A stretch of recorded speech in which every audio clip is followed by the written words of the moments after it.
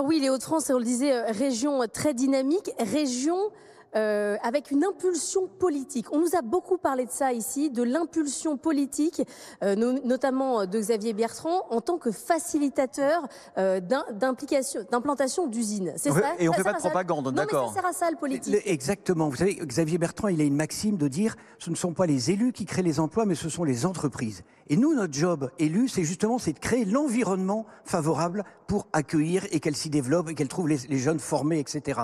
Et cette ambition de transformation de les Hauts-de-France, on l'a mis sous un chapeau qui s'appelle REV 3. C'est le diminutif de troisième révolution industrielle théorisée par Jérémy Rifkin pour gérer et faire des opportunités les transitions énergétiques, technologiques, sociétales, mais aussi technologiques. Et donc on est en train de revisiter toutes les politiques du Conseil régional en lien avec la Chambre de commerce pour justement intégrer toutes ces transitions et en faire des opportunités de création d'activités et d'emplois. Alors, c'est pas seulement des discours, parce qu'on en parle tous les jours dans les médias.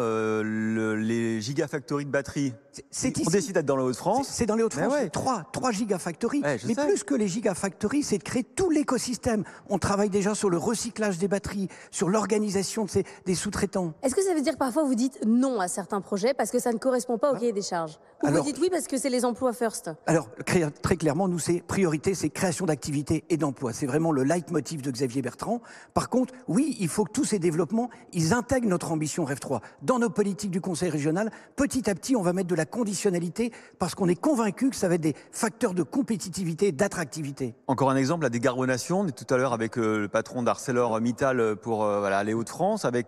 C'est incroyable, on va remplacer du charbon, pardon, par du gaz et de l'hydrogène, et on va faire des fours électriques. Et vous avez la même chose, vous aurez la première cimenterie bas carbone, c'est ici dans les Hauts-de-France. Nous étions, oui, une région très industrielle et donc la région la plus émettrice de CO2, mais nous voulons être la région la première apporteuse de solutions.